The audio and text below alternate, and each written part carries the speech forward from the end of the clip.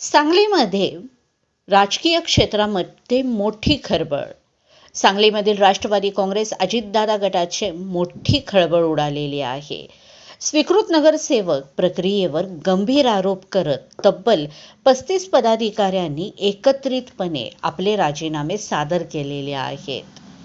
हे राजीनामे पक्षाचे अध्यक्ष पद्माकर जगदाळे सर यांच्याकडे दिलेले असून स्वीकृत नगरसेवक प्रक्रिया पूर्णपणे चुकीची असल्याचा आरोप यावेळी पदाधिकाऱ्यांनी केलेला असून पदाधिकाऱ्यांनी याबाबत तीव्र नाराजी व्यक्त केलेली आहे.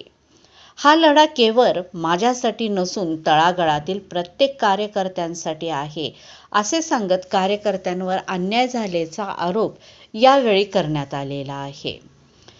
पक्षासाठी दिवसरात्र मेहनत घेणाऱ्या निष्ठावान कार्यकर्त्यांना डावलून बाहेरून आलेल्या व्यक्तींना संधी देण्यात आल्याचा आरोपही यावेळी पदाधिकाऱ्यांनी केलेला आहे. कार्यकर्त्यांनी फक्त कामच करत राहायचे का असा सवालही यावेळी उपस्थित करण्यात आलेला आहे. या प्रकरणी सखोल चौकशी करून संबंधितांवर कारवाई करावी अशी या पदाधिकाऱ्यांनी जोरदार मागणी केलेली आहे. यावर अध्यक्ष पद्माकर जगदाळे सर यांनी ही मागणी पक्षाच्या वरिष्ठांपर्यंत पोहोचवण्याची ग्वाही यावेळी संबंधित पदाधिकाऱ्यांना दिलेली आहे. या सर्व घडणाऱ्या सांगली शहरामधील घडामोडींवरती राष्ट्रवादी काँग्रेस अजितदादा गटात मोठी राजकीय खळबळ निर्माण झालेली असून पुढील घडामोडीकडे संपूर्ण सांगलीचे आणि परिसराचे लक्ष लागून राहिलेले आहे. नमस्कार, मी तौहीद फकीर, राष्ट्रवादी सांगली शहर युवक अध्यक्ष. आज आमचे नेते आदरणीय पद्माकर जगदाळे सर यांच्याकडे जे स्वीकृत नगरसेवकपदी निवड झाली, जी प्रक्रिया झाली ती प्रक्रिया पूर्णपणे चुकीची होती आहे आणि या प्रक्रियेमध्ये कार्यकर्त्यांवरती फार मोठा अन्याय झालेला आहे आणि हा अन्याय कदापित आम्ही सहन करून घेणार नाही. स्वतःचे कार्यकर्ते सोडायचे आणि आयात करून एखाद्या माणसाला आणून त्याला स्वीकृत करायचं, हे अन्याय आम्ही सहन करून घेणार नाही.